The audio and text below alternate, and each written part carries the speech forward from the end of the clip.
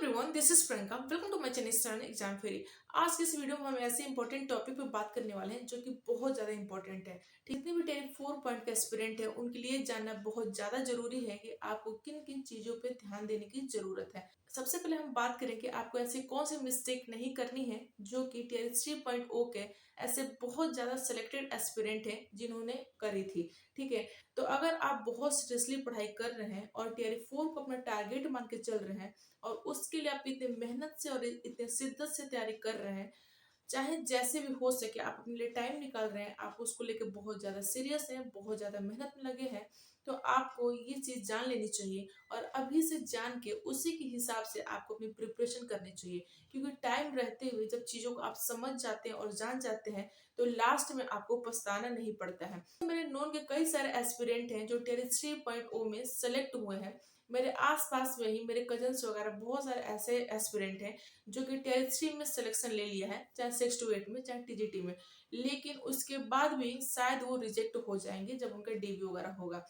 वो इन सारी चीजों को लेके बहुत पैनिक है, बहुत परेशान है। मेरे घर की, मेरे आसपास की ये सब बातें हैं, तो मुझे लगा थोड़ा सा आगे चर्चा कर लेनी चाहिए आपसे और आप सबको इसके बारे में थोड़ा सा पता हो जाना चाहिए। वैसे मुझे पता है कि जितने भी आप टीआई 4 के एस्पिरेंट हैं, इसमें से बहुत ऐसे भी एस्पिरेंट हैं जो बहुत सीरियसली पढ़ाई कर रहे हैं और वो मुझे लगता है किसी भी चीज को लेके कोई चांस तो नहीं लेंगे और वो बहुत बखूबी हर चीज पता करके अपनी प्रिपरेशन कर रहे होंगे। लेकिन ऐसे बहुत सारे ऐसे एस्पिरेंट हैं जो बिगिनर हैं, फर्स्ट टाइम तैयारी कर रहे हैं या उनको सब चीजें नहीं पता है, तो उनको ये सब चीजें जान लेने की जरूरत है। हम बात कर रहे हैं सब्जेक्ट कॉम्बिनेशन को लेके। ऐसे टेरिटरी के ऐसे कई सारे एस्पिरेंट हैं जिन्होंने या तो उनको पता नहीं था या तो वो बहुत ज्यादा सीरियस नहीं लिए थे। उनको ऐसा लग रहा था जैसे सी टेट वगैरह में या यूसी टेट में या स्टेट टेट में जैसे अप्लाई करते हैं वैसे ही उन्होंने बीपीएससी में भी अप्लाई कर दिया था और सब्जेक्ट कॉम्बिनेशन को बहुत सीरियसली ना लेते हुए उन्होंने थोड़ा सा लाइटली वे में लिया, या तो उनको पता नहीं था और वो उनका सिलेक्शन हो गया है, लिस्ट में नाम आ गया है और उनको अब जाके पता कुछ चीजें चल रही हैं और उनको इस चीज को लेके प्रॉब्लम का सामना करना पड़ रहा है। तो आप सबसे मेरा ये रिक्वेस्ट है कि जिस चीज की आप प्रिपरेशन कर रहे हैं और जिस चीज के लिए आप मेहनत कर रहे हैं, कम से कम उसके लिए हर चीज के बारे में पता होना बहुत जरूरी है और उसके लिए आप बहुत सीरियसली पता करिए और एक एक चीज को ध्यान दीजिए कि आपका सब्जेक्ट कॉम्बिनेशन क्या है, आपका सिलेबस क्या है, आपको पढ़ना क्या है, आपको आपका पेपर का पैटर्न क्या है। हर एक चीज के बारे में बहुत अच्छे से पता होना चाहिए, फिर आपको अपना प्रिपरेशन स्टार्ट करना चाहिए। क्योंकि जब आप इतना लग के मेहनत करते हो और लास्ट टाइम आपको आपके साथ कुछ ऐसा होता है तो आप सोचो कि उस टाइम आपको क्या, मतलब आपके ऊपर क्या बीत रही होती है। तो मैं तो सही बताऊं तो बहुत मुझे दुख हो रहा है ऐसे जितने भी एस्पिरेंट है कि जिनका सिलेक्शन हो जाने के बाद भी उनको फेल का सामना करना पड़ेगा, रिजेक्शन का सामना करना पड़ेगा। तो मैं आप सबसे मेरा फुली रिक्वेस्ट है, वैसे भी मैंने सब्जेक्ट कॉम्बिनेशन पे वीडियो बनाया है लेकिन फिर भी मैं थोड़ा सा आप सबको बता देना चाहती हूँ। सब्जेक्ट कॉम्बिनेशन की बात आती है मेन रूप से एसएसटी में और आपके टीजीटी में, साइंस में।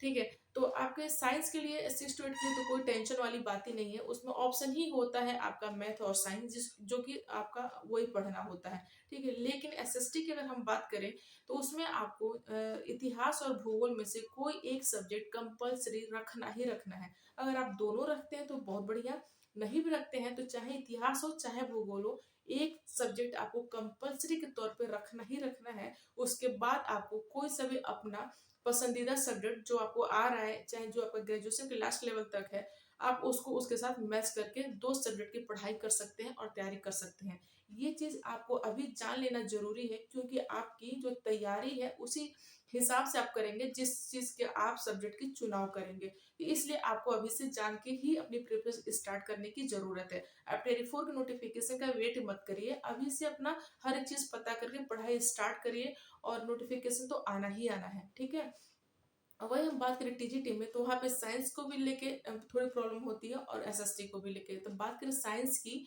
तो साइंस में आपको बहुत सारे ऐसे एस्पिरेंट हैं जिनके अगर केमिस्ट्री है लास्ट ईयर तक तो वो साइंस में अप्लाई कर देते हैं, बट ऐसा नहीं करना है।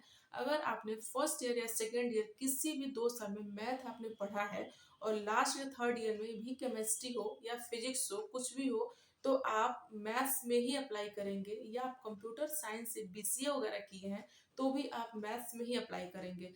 वही अगर हम बात करें एसएसटी की, हाँ, अगर आप ऑनर्स से पढ़ाई कर रहे हैं, चाहे आपका केमिस्ट्री ऑनर्स से, फिजिक्स ऑनर्स से, चाहे कोई सा भी आपका पर्टिकुलर वन सब्जेक्ट आपने पढ़ाई करी है, तो आप साइंस में अप्लाई करेंगे, आप उसके लिए एलिजिबल हैं। चाहे आप बायोटेक्नोलॉजी है, माइक्रोबायोलॉजी है, कुछ भी है, ऑनर्स से पढ़ाई करा है, तो आप साइंस के लिए एलिजिबल हैं। वही बात करें एसएसटी के लिए, एसएसटी में भी सेम प्रोसेस है, आपको ज्योग्राफी और हिस्ट्री में से एक सब्जेक्ट चूज करना ही करना है। आप सबको पता है एसएसटी में सिर्फ 2 ही सब्जेक्ट की, आप सबको पता है कि सब्जेक्ट में एसएसटी के लिए सब्जेक्ट में 2 ही सब्जेक्ट चूज करना है और उसी की प्रिपरेशन करनी है। हर एक सब्जेक्ट से आपका 40-40 नंबर का क्वेश्चन, टोटल 80 नंबर का क्वेश्चन बनता है आपके एग्जाम में। तो आपको हिस्ट्री और ज्योग्राफी में से कोई एक सब्जेक्ट कंपल्सरी तौर पर रखना ही रखना है। उसके बाद आपको अपने दूसरा सब्जेक्ट जो भी आपके आपको आ रहा हो, जो आपको पढ़ने में इजी हो, जिसका सिलेबस आपको समझ में आ रहा हो, अपने स्वेच्छा अनुसार एक सब्जेक्ट उसके साथ मैच करा के 2 सब्जेक्ट की प्रिपरेशन आपको अच्छे से करनी है और उसी की तैयारी करनी है और उसी के एग्जाम देना है और उसी के हिसाब पे आपको चलना है। अगर आप एस्टेट का फॉर्म भरते हैं, जो कि नेक्स्ट एस्टेट आने वाला है, तो उसमें भी आपको यही ध्यान दे के फॉर्म भरना है। वो गलती आपको नहीं करना है। जब आप एस्टेट का फॉर्म भरने जाएंगे या बीपीएससी का, तो उसमें डिटेल में सारे इन्फॉर्मेशन लिखा हुआ है, तो उसी के हिसाब से आपको फॉर्म भरना है। आप बिल्कुल भी फॉर्म फिलअप करने में गलती मत करिएगा, क्योंकि ये भी हो सकता है कि अगर आप स्टेट में भी गलती करते हैं और फाइनल में सही भी लेकर चलते हैं, तो भी आपका दोनों सर्टिफिकेट मैच कराया जाएगा, तो प्रॉब्लम क्रिएट हो सकता है। माइनर माइनर मिस्टेक भी बीपीएससी के लिए बहुत बड़ा मिस्टेक बन जाता है। इसलिए आपको कहीं से किसी भी चीज में कोई भी गलती नहीं करनी है। ठीक है, ये सारी चीजें रही। पिछली बार ऐसा हुआ था टीआरई 2 के टाइम पे कि अदर स्टेट वाली जितनी भी महिलाएं थी, वो 82 पे ही अप्लाई कर दिया था और वो उनका सिलेक्शन भी हो गया था डीबी में। जब सब कुछ हुआ तो 82 मार्क देके उनका रिजेक्शन हो गया। तो ये सारी चीजें होती है, छोटी छोटी पे आपका एंड टाइम में आपका रिजेक्शन हो जाता है, खाना आगे परोस के थाली ले लिया जाता है। ये टाइम आने से पहले आपको हर तरह से प्रिपेयर होना है और हर चीजों पे बारीकी से ध्यान देना है। वैसे में सब्जेक्ट कॉम्बिनेशन पे, चाहे आपका साइंस हो चाहे एसएसटी हो, बहुत डिटेल में अच्छे से आपको वीडियो बना दूंगी कि आप किस किस सब्जेक्ट का चुनाव कर सकते हैं और कॉम्बिनेशन ले सकते हैं, जिसपे कि आपको हर एक कंफ्यूजन क्लियर हो जाएगा। ठीक है, लेकिन मैंने देखा है कि भाई ऐसे सब चीजें चल रही हैं। अब आपको पता है कि टेरिस्ट्री का काउंसलिंग वगैरह होने वाला है, तो ये सब चीजें बहुत ज्यादा तेजी से चल रही हैं।